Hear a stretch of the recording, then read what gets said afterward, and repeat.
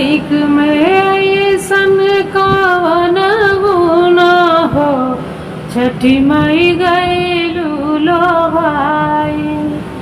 कार्तिक में ऐसन कवन गुना हो, छठी माई गईलू लो भाई।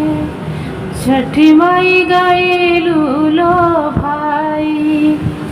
मेवा मिठाई तोहके मन ही ना भावे, मेवा मिठाई तोहके मन ही ना भावे।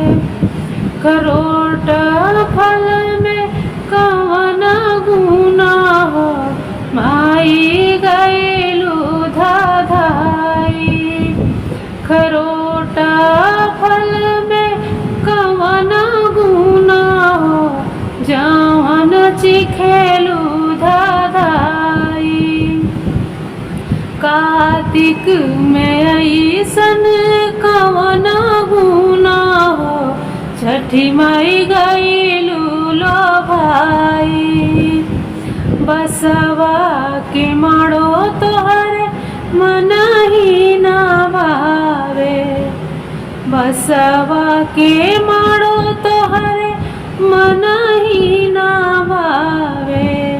मुखिया के माड़ो में कवन गुना हो, जे में गईलू छहाई।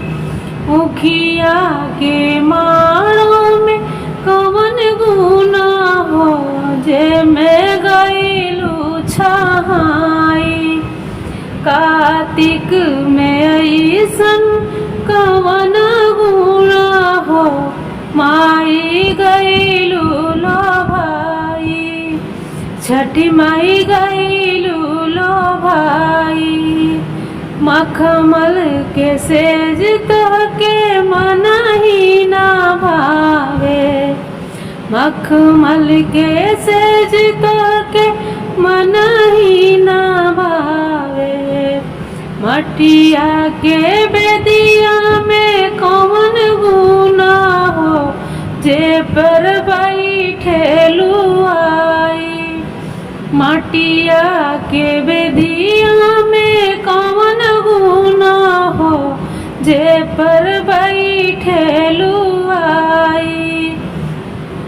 कार्तिक में ऐसन कवन गुना हो, माई गईलू लो भाई।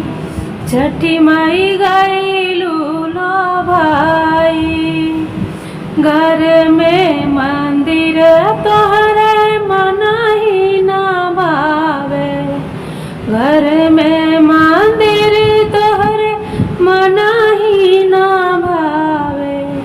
पनिया के छाहे कवन गुना हो, जे में जालू जुड़ाए।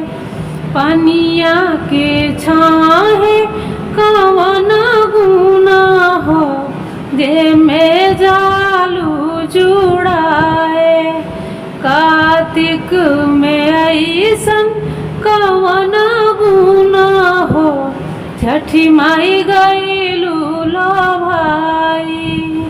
कार्तिक में ऐसन कवन गुना हो, छठी माई गईलू लो भाई। छठी माई गईलू लो